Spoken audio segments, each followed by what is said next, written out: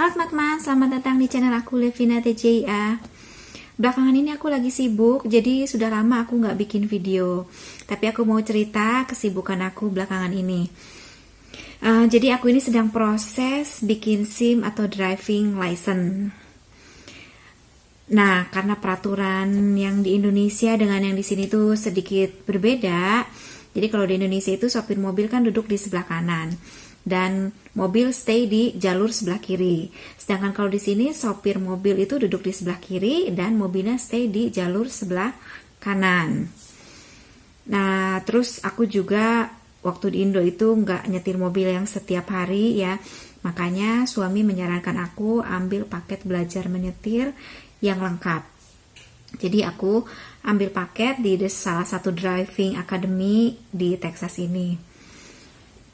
Nah, jadi yang pertama itu aku mengikuti driving education course selama 6 jam. Setelah mengikuti driving course selama 6 jam itu, aku dapat sertifikat. Nah, dari sertifikat ini dibawa ke DPS, Department of Public Safety. Ke DPS itu untuk minta learner's permit.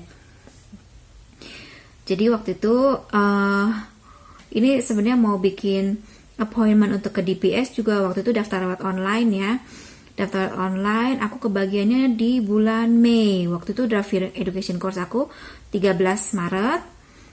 Terus ternyata dapat appointment untuk ke DPS itu di bulan Mei, tanggal 21 Mei. Lama banget kan, jauh banget. Akhirnya suami bilang, aduh kayaknya kelamaan deh. Mendingan gini aja, besok pagi-pagi kita coba langsung aja datang ke DPS. Siapa tahu bisa langsung walk in gitu tanpa appointment. Ternyata benar, waktu itu aku kan course-nya hari Sabtu, jadi hari Seninnya aku sama suami pagi-pagi ke DPS. Memang waktu itu sudah ngantri panjang ya. Dan ditulis appointment only. Tapi ternyata pas giliran aku nyampe barisan paling depan gitu ditanya sama officernya, punya appointment nggak ada, nggak punya appointment, tapi ternyata boleh gitu. Oh yaudah langsung masuk ke dalam. Nah, jadi waktu itu membuat learner's permit, itu dokumen yang aku bawa itu selain sertifikat itu, terus ID card aku kan ini aku punyanya green card, terus bawa paspor juga. Lalu diminta dua bill yang atas nama aku, cuma karena aku nggak ada, jadi nggak apa-apa, bisa pakai bill yang atas nama suami. Terus aku waktu itu kan didampingin suamiku juga diminta untuk menunjukkan driving license-nya. Nah, di situ aku di fingerprint, lalu diambil foto untuk di learner's permit. Terus bayar kalau nggak salah sekitar 33 US dollar ya. Nah, setelah mendapatkan learner's permit, aku balik lagi ke driving academy aku, yaitu untuk belajar nyetir 4 kali pertemuan, 4 kelas. Nah, kalau saat ini aku baru sampai kelas kedua ya. Jadi kemarin itu aku baru sampai kelas kedua. Kalau untuk nyetirnya sih mungkin gampang ya. Apalagi di sini tuh mobilnya Matic. Jadi kita nggak perlu ngoper-ngoper gigi. Suami aku juga mobilnya Matic. Terus kemarin belajar nyetir juga mobilnya Matic. Nah, cuma yang aku bingungin itu trafficnya, peraturan lalu lintasnya di sini. Jadi di sini tuh ketat banget ya peraturan lalu lintasnya. Banyak loh intersection gitu, perempatan yang nggak ada lampu merah, tapi orang-orangnya tuh pada disiplin, nggak ada yang saling serobot gitu. Semua pada yield gitu, pada ngasih jalan ke mobil yang pertama kali datang.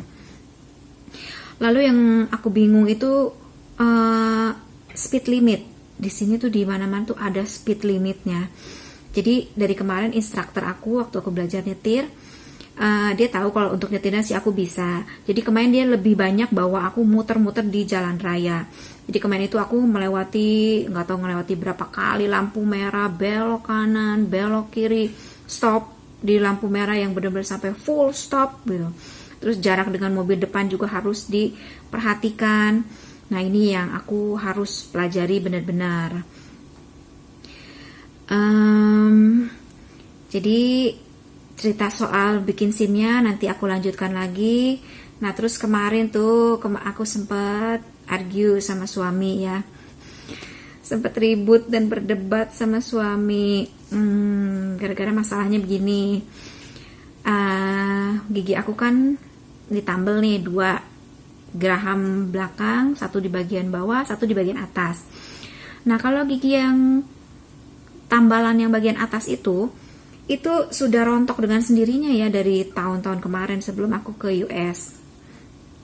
Nah, ini kemarin itu gigi tambalan yang bawah. Gigi tambalan yang bawah itu patah, cuma sedikit, sepotek gitu. Terus suami tahu gigi aku tuh patah. Dia tuh langsung panik, dia bilang, aduh, cepetan ya, kita bawa ke dokter gigi, jangan sampai makin parah. Dia langsung telepon dokter gigi, bikin appointment. Padahal aku udah bilang, gak usah, orang gak sakit kok, cuma patah begitu aja. Enggak, pokoknya harus diperbaiki gitu, dilihat sama dokter gigi kenapa ini giginya, jangan dianggap sepele, kata dia gigi. Akhirnya baru kemarin ya, pas kemarin itu appointmentnya, datanglah aku ke si dokter gigi. Nah, di sana aku di X-ray, di foto gigi aku. Terus pas diperiksa sama si dokter giginya, si dokter gigi periksa, dia langsung bilang, we need to pull out your teeth gitu. Wah, what? Aku kaget kan, harus dicabut. Terus suami langsung bilang, no pull out gitu. Jadi si suami sempat agak kesel juga sama si dokter giginya. Ini dokter kok pakai kata-katanya yang menakutkan gini, bini gue nih takut nih, dia takut banget sama dokter gigi, tolong gitu jangan pakai kata pull out. Terus si dokter giginya langsung bilang, not pull out, but we need to remove your teeth because your teeth is decay, gitu dia. Jadi gigi aku ini rusak, jadi giginya itu memang harus dicabut. Karena kalau enggak kan katanya busuk dan bisa infeksi ke gusinya. Gitu. Jadi sebenarnya aku tuh emang takut banget ke dokter gigi. Dulu aja waktu gigi ini bolong, memang waktu itu sempat sakit banget. Niatnya tuh pengen dicabut. Tapi karena saking takutnya, dan kebetulan waktu itu dokter gigi yang di Indonesia bilang, nggak apa-apa, bisa ditambal, kita tambal aja. Ya udah, aku cari yang amannya aja dong. Kenapa sekarang tiba-tiba aku harus dicabut? Jadi kemarin tuh pas keluar dari dokter gigi, masih di mobil, aku sempat bilang sama suami, I really appreciate you, aku menghargai banget gitu niat baik dia, pengen menjaga kesehatan gigi aku, tapi tolong, aku nih bener-bener takut kalau harus dicabut gigi. Lagian gigi ini gak sakit, kenapa harus tiba-tiba dicabut gitu. Terus suami sempat agak kesel, dia bilang, yaudah sekarang kita masuk lagi aja ke dalam, ke dokter gigi, kita tanya sama dokter giginya ya, apa akibatnya kalau kamu mau pertahankan terus gigi kamu ini. Kalau nanti sudah parah, selain biayanya mahal untuk pengobatannya, dan akan lebih rumit, lebih sakit lagi. Nah, jadi kalau gigi itu busuk dan infeksi, dia juga akan berpengaruh ke jantung, kata suami. Akhirnya pas nyampe rumah, aku cerita sama anakku juga dulu pernah dicabut giginya ya, karena gigi dia tuh miring dan di bagian depan. Nah, itu benar-benar dicabut kan, karena jelek kelihatannya kalau gigi depannya miring. Anakku bilang, ayo mama, aku aja berani, masa mama takut. Terus suami peluk aku, dia bilang, Han, please, I care about your health gitu. Aku peduli sama kesehatan kamu, dan kita juga kan baru menikah 1 tahun ini. Aku mau menghabiskan bertahun-tahun selama mungkin sama kamu. Jadi tolong kamu jaga kesehatan kamu, dimulai dari gigi ini, karena gigi ini juga bisa pengaruh ke organ-organ dalamnya, organ-organ tubuh kita bagian dalam gitu. Ya akhirnya begitu deh. Aku juga ini lagi ngumpulkan keberanian ya. Nanti minggu depan aku diminta balik lagi, nggak tahu di review lagi gigi aku, nggak tahu atau langsung dicabut. Doain ya teman-teman supaya aku berani. Dan nanti video ini aku lanjutkan di video keduanya tentang kelanjutan bikin SIM dan kelanjutan nasib gigiku ini. Oke teman-teman, terima kasih sudah menonton videoku ini, dan kalau kalian suka dengan video ini jangan lupa dikasih like-nya. Jaga kesehatan, jangan lupa selalu cuci tangan dan pakai masker.